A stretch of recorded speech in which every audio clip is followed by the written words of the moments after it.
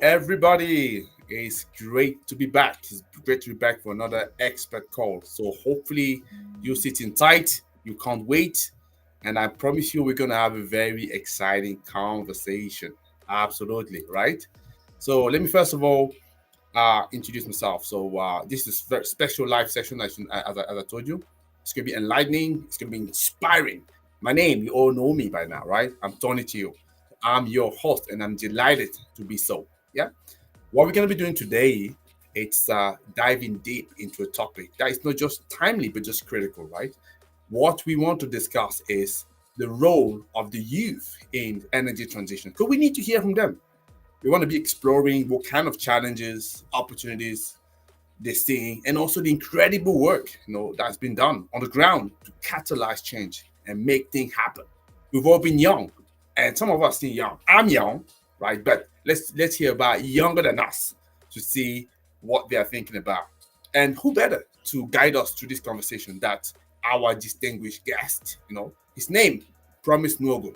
You may have heard about it. He is the founder, yeah, of the African Youth Energy Network and is at the forefront of the transformative journey, championing sustainable energy solution, and also empowering, youth Africans to lead the charge. So Promise, has a passion for renewables energy, energy transition, and Africa. I must say, and his unwavering commitment to youth empowerment has not just created some ripple effect, but clearly a wave of change that I'm sure he's going to be talking about across his country, Nigeria, but also the continent.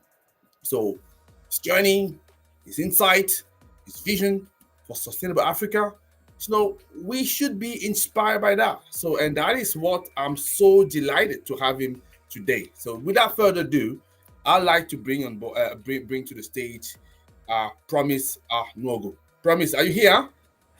Hello, Tony. Good morning. Good Can you hear morning. me? How are you? I'm doing great. Thank you so much for having me. Okay, excellent. It's a pleasure to always have people like yourself, right? Yeah. So, we're gonna have obviously a great conversation together. But if you can maybe start by introducing yourself. So I've done a little bit of that, but I like to give justice to yourself.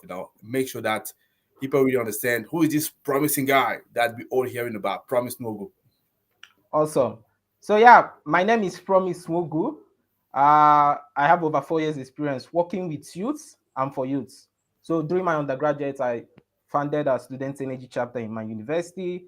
Then currently, I'm the founder and the president of African Youth in Energy Network, Mm-hmm. a youth organization that is trying to place youth at the heart of energy transition. So yeah, that's a Okay, little bit about myself. excellent, excellent. I'm sure people will find it very interesting. By the way, if there are people following us, so do us a favor, definitely drop your comment there and your questions, and Promise gonna go through that. I have a couple of questions with Promise, but after that, he has a short presentation he's gonna run through us, and then we're gonna carry on the question. And I'm very much hoping that I'm gonna have as many questions as possible for this young man, because the whole point is not just me asking questions to him. I can talk to him in private, right? But I wanted to bring him in front, in front of you, so that you can actually quiz him, grade him a little bit, so he knows about what's the role of being a leader, which he is already anyway. So that's a so Promise, a couple of questions for you. So you talk very quickly about your personal journey, but if you can come back to that and maybe tell us a little bit more about your personal journey and maybe pivotal moment that led you to found the African Youth Energy Network. So what kind of challenge did you face there? How did you overcome them? Awesome. Thank you so much for that question. So I would say the pivotal moment that made me to found the African Youth in Energy Network was in 2019. I attended this conference, Solar Future Nigeria, back here in Nigeria. Then I saw the effect of renewable energy technologies in off-grid communities and rural communities. And academically, I have a background in petroleum engineering, right? So I'm attending this conference in renewable energy while I have a background in petroleum engineering. So this got me asking myself questions. Uh, how do we actually use the two energy source to prosper Africa, to end energy poverty? What's the role of youth in it and all that? When I looked through the African organizational spectrum, I found that most no youth organization is talking about the whole energy as a whole, right? What you will see in the ecosystem is you talking about green energy mission, green blah blah blah, renewable energy, which is good, right? But for me personally, I feel like there is also need for us to talk about petroleum, because petroleum makes up 80% of the energy mix currently. So I feel like it's not right for us to talk about green energy technologies, which is the future, without talking about energy source that makes up to 80% of the energy mix. So that's what led me to form African Youth in Energy Network, an organization that uh, welcomes both youths in the green energy side and also both youths in the fossil fuel industry. Excellent. And the association, so how many people are part of it? So, and when did you create it? When did you create it? Maybe I didn't pick up the year you did it. Okay, we started off last year, Hmm. unofficially, because we are currently doing our registration here in Nigeria. Hmm. We have like 20 members, and out of that 20, we have members from 7 different African countries. Okay, excellent. So let me ask you a little bit of controversial questions before you move into the presentation, which I know you have for us.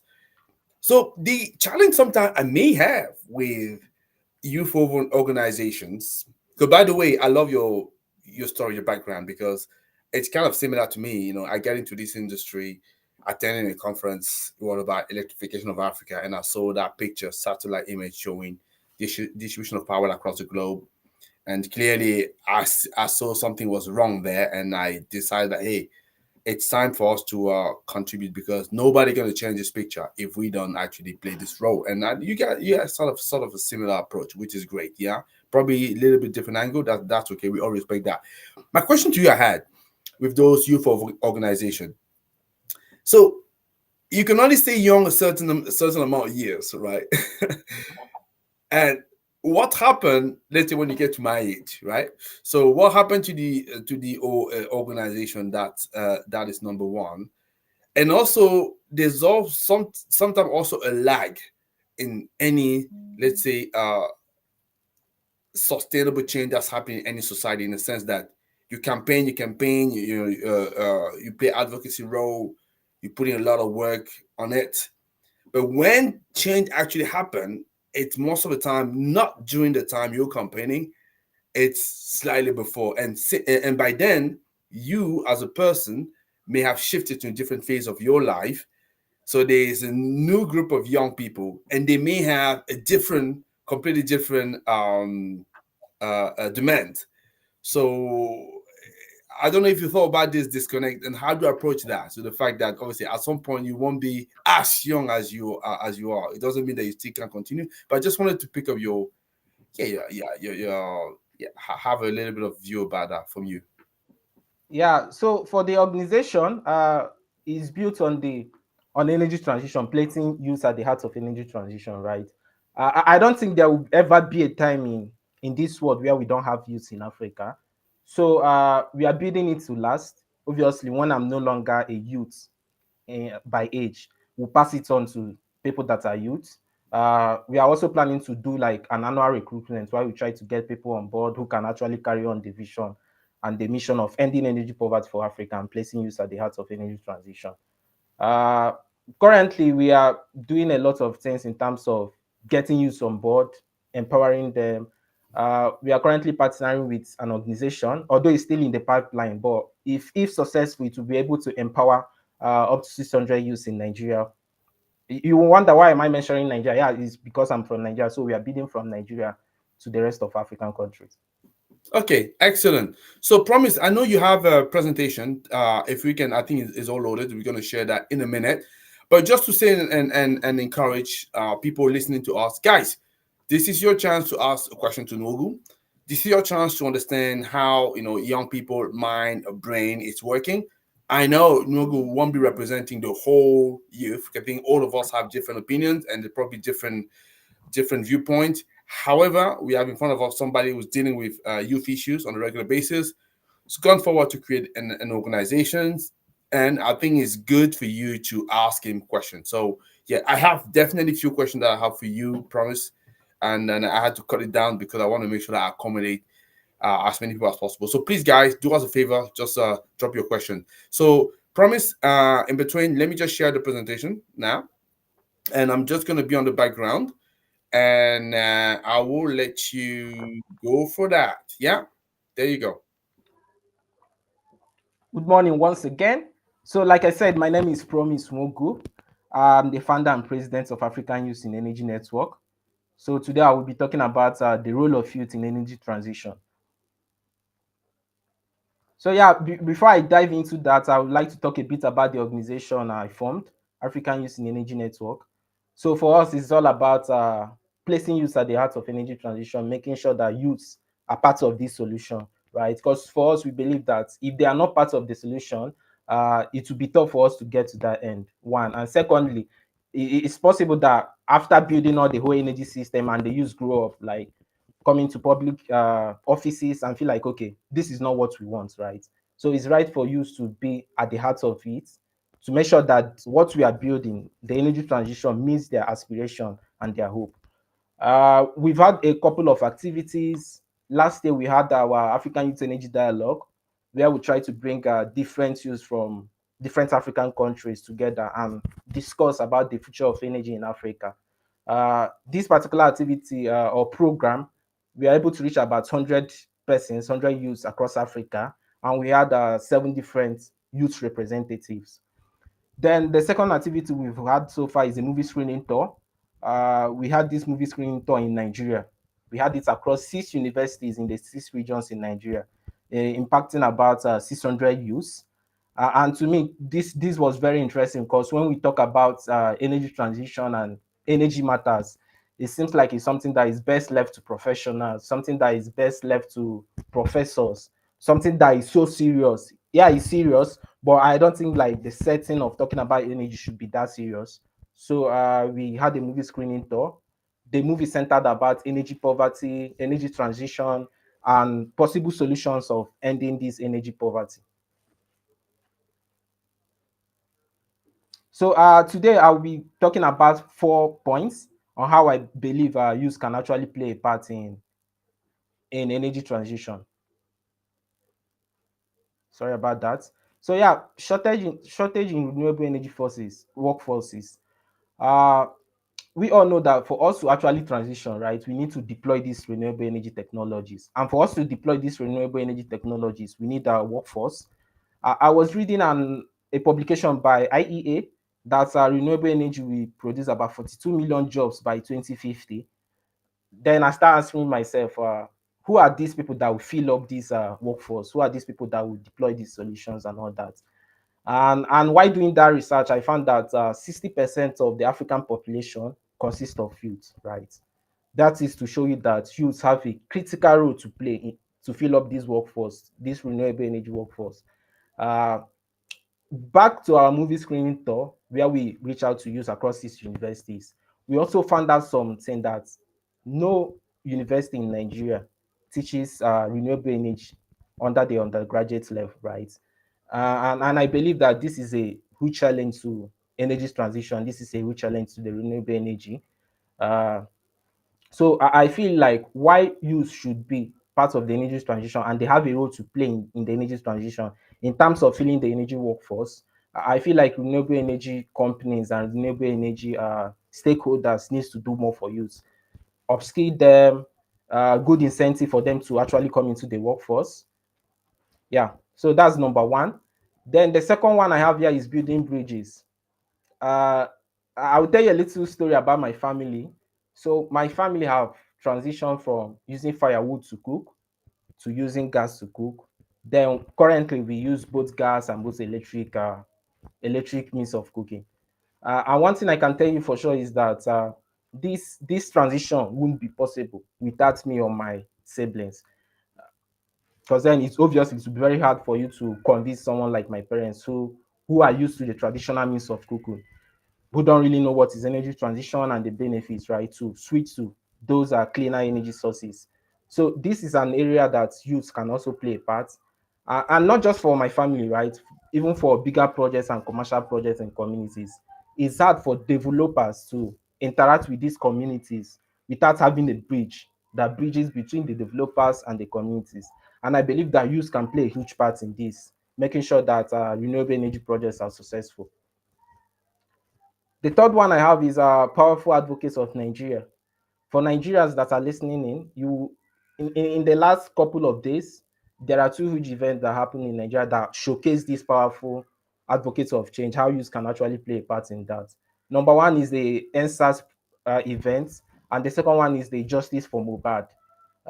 You see how it was very easy for you to actually pass information within minutes across the whole world. So I believe you can also leverage the power of youth as powerful advocates to ensure that we increase the speed of energy transition and that we make that transition. Then the last but not the least is that energy transition we are talking about is a personal mission for most youths, if not all youths in not just Africa but the world. Uh, back to another family story, a life experience story.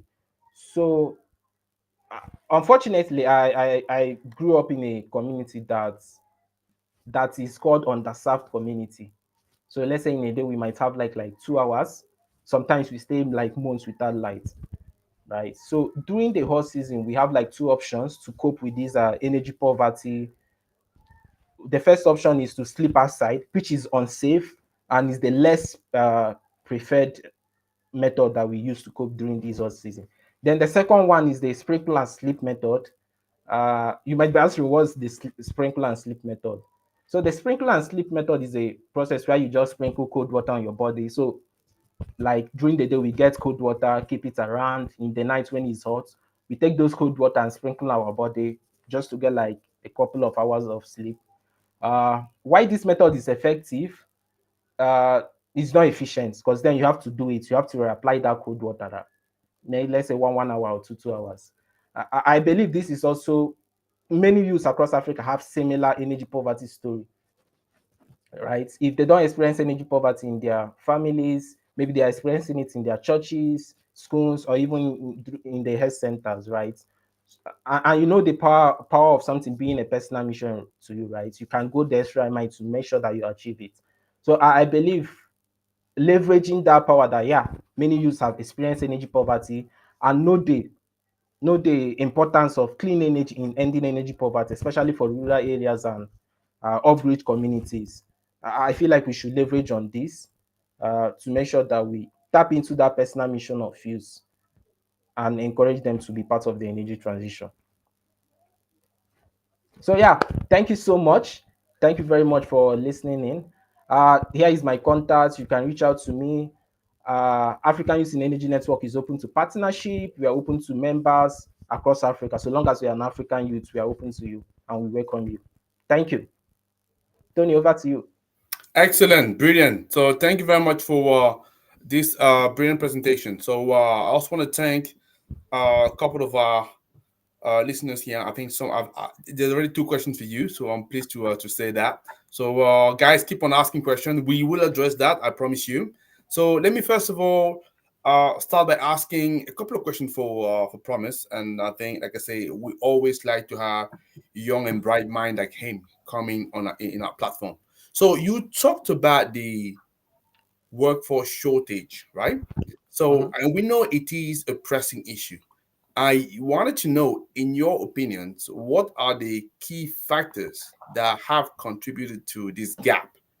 And is AYEN, the organization that you form, is working to bridge this divide and equip young Africans with the necessary skills and opportunities? Uh, I will speak for Nigeria because this is where I've lived all my life. So I would say like there is a gap between what the industry need in the renewable energy sector and the university curriculum.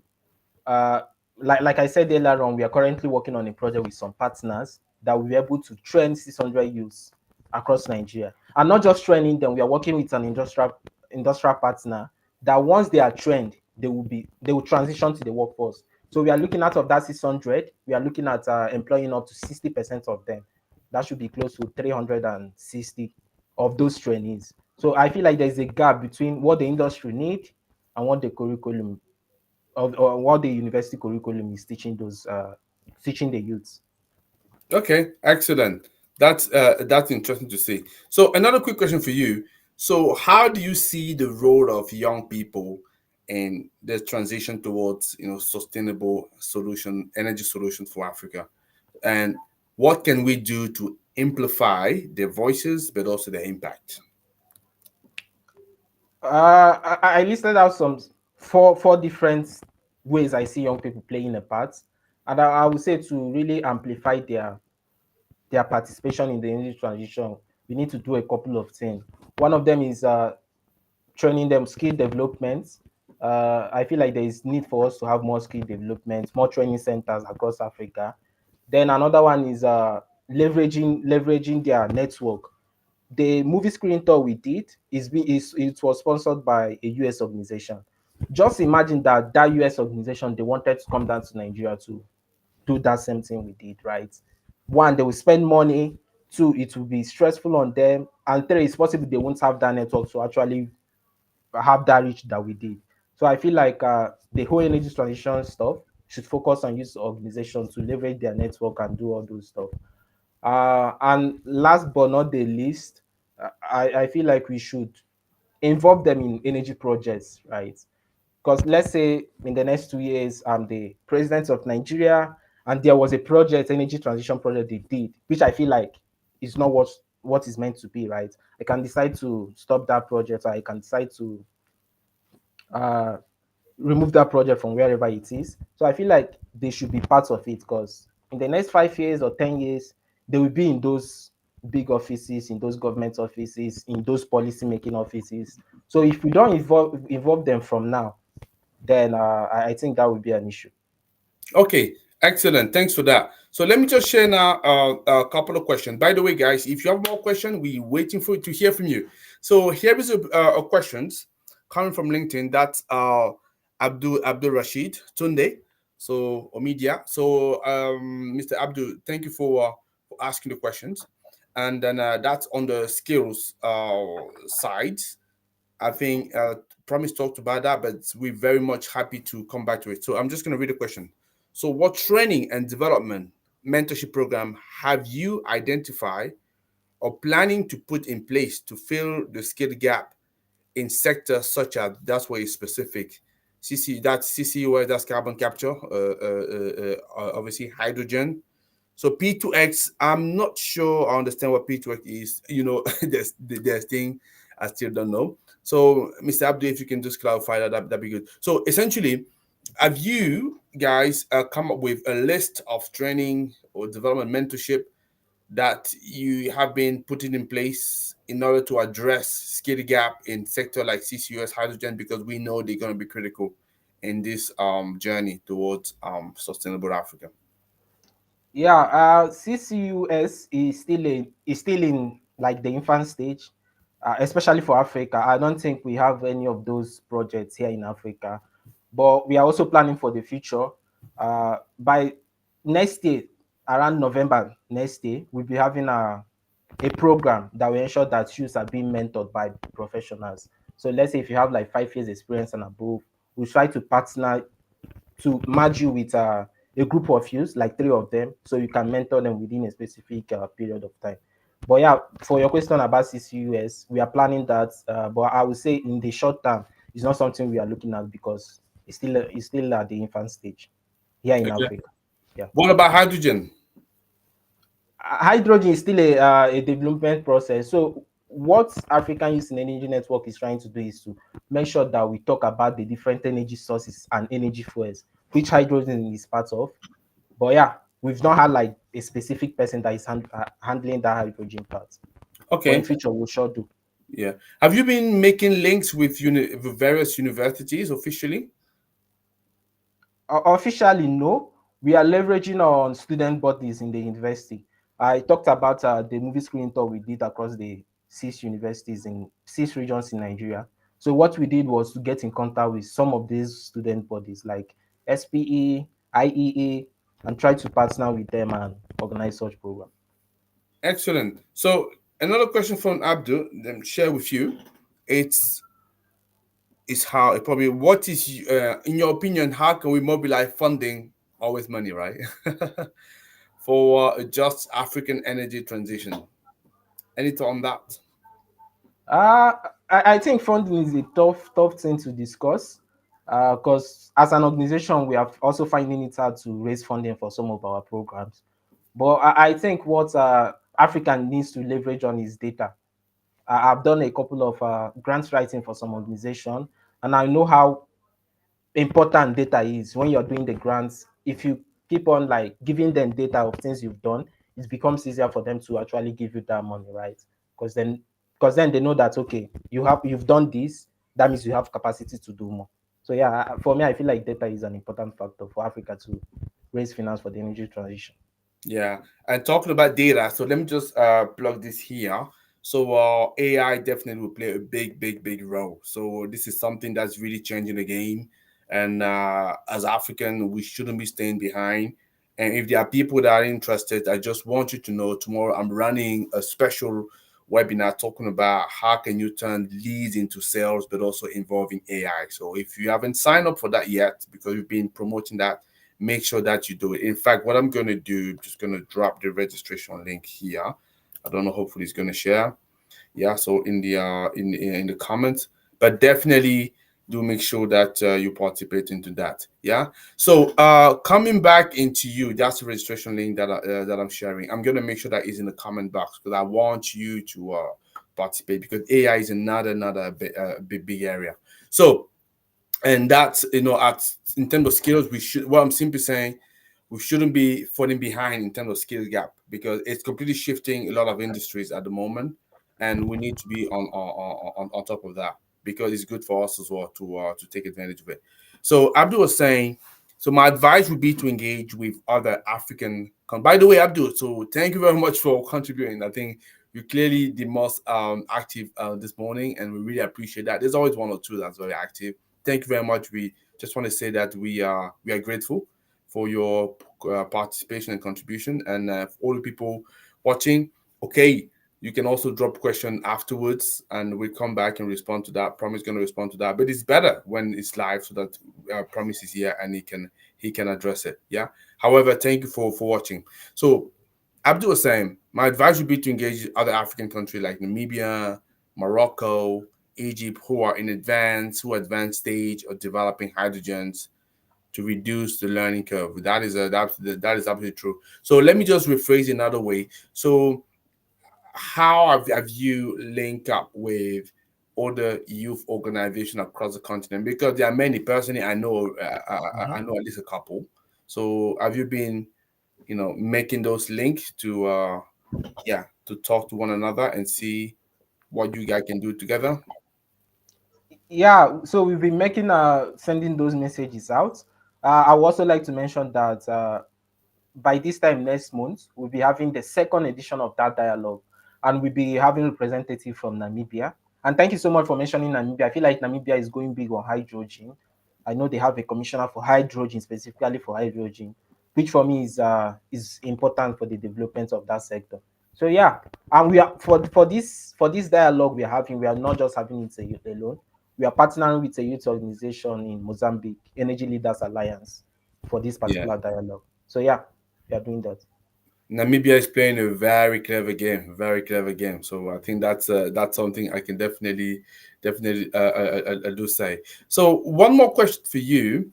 So looking ahead, what would you say is the vision of the future of I say energy transition? Because I clearly understood that for you, you want to see a map for Africa where we have certainly renewables energy, but also the conventional traditional fuel because they still have a role to play. Mhm. So, what is your vision for the future of energy in Africa, and what role do you see AYEN playing in this landscape? For the short term, I still feel like there will still be a mix of renewable energy and fossil fuel. But then in the long term, then obviously fossil fuel, renewable energy will take the huge pie, right? So for me, I feel like African Youth in Energy Network will play a critical role. Like I keep on mentioning about our program of training and employing 600 youth. To me, that is big, right? If we're able to do that, that would be awesome. And I also see, for me, I believe we can do that and we also keep on playing such role in the energy transition. Okay, excellent. Thanks for that. So we have maybe last couple of questions for you. So COP28 is coming. So it's going to be in November, a little bit more than a month now. So what are you expecting for this COP28? And how can, and usually youth, we've heard of those, they, some of them participate in the debate, other they participate, but from outside where they're running some leading some demonstrations. Yeah, so it's part of of the games. What is your expectation for COP28 if you have any, and how can we push really youth voices there so that they can have a much bigger impact than what they've had so far? Yeah, so I have like two hope for COP28. Number one is that developed countries redeem their pledge. I keep on reading that they made a pledge of $100 million. Yeah, so it would be nice to see that they start redeeming those pledges. And the second one, I made a post on my LinkedIn about war. I feel like it should take center stage in COP28. Why they are telling Africa stop exploring fossil fuel, stop mining fossil fuel and all that. I feel like Africa should be telling them, you guys should stop war, stop fighting. Because then when you look at it, right, due to this missile destruction of buildings and all that, is emitting CO2, and also indirectly the cost of CO2 for rebuilding those buildings and all that. So yeah, I feel like these are my two aspirations for COP28. Developed nations redeem your pledges, and secondly, we need to start discussing about war and how it affects climate change. Yeah. Okay, that's fine. So, to some respect, I would argue these are requests that are getting other people to act, but basically renew their pledges. That, yeah, basically you're asking the most powerful nation to do that. Second thing, you're asking them as well to stop the war, which is fine. But what about Africans? What are you saying to African leaders? What is the message you want to address them for COP28? Yeah, so for COP28, I feel like there's also need for Africa to start putting its best foot forward. Uh, I was reading a report published by IEA, and they're talking that China has like the huge market of manufacturing in terms of solar equipment, right? So it'd be nice for African leaders to start looking at local manufacturing, start manufacturing here in Nigeria, start manufacturing in South Africa and all that, and create employment for their local workforce. I feel like energy transition should not just make sense for the climate, right? It should make sense for Africa. It should make sense for the citizens of Africa. So yeah, that's my message to the African leaders. Okay, excellent. I think that was clear and bold. I don't think there is any other question that we've not addressed. If there is, guys, now is the time to do it, to ask them, or never, or hold your, yeah, your talk for peace. Hold it forever. So we just gonna. Is there any final word that you want to share with us? I promise. So obviously you were kind enough to talk about AYEN, your organization that you founded. You shared a presentation with us, and you also told us what is your expectation for COP28. Any final message that you want to address people listening to us? I'm sure you have a few things you may want to share. Yeah, my final message will be that energy transition is actually happening, but for us to increase the speed of energy transition, there is a need for us to involve youth more. And trust me, if we involve youth more, we'll see like positive change in the energy transition. So yeah, that's my final message. And always feel free to reach out to African Youth in Energy Network. Always feel free to reach out to me if you have like any projects you think we can collaborate on. Excellent. I think the message is very clear, and we heard it very loud as well. So, I think it's thank you very much. I promise. Thank you for coming to our platform this morning, sharing your vision. Definitely, you're doing something that's fantastic. You're bringing people together. Yeah, you're starting step by step, but I've no doubt that in a few years' time, you're going to be a force to reckon with your organizations, and by then, I'm sure you will have prepared as well the transition for the future young Mhm. organization. So yeah, it's great to have you. So thank you very much for that. Thank you so much for having me on the platform. It's really an honor. Thank you.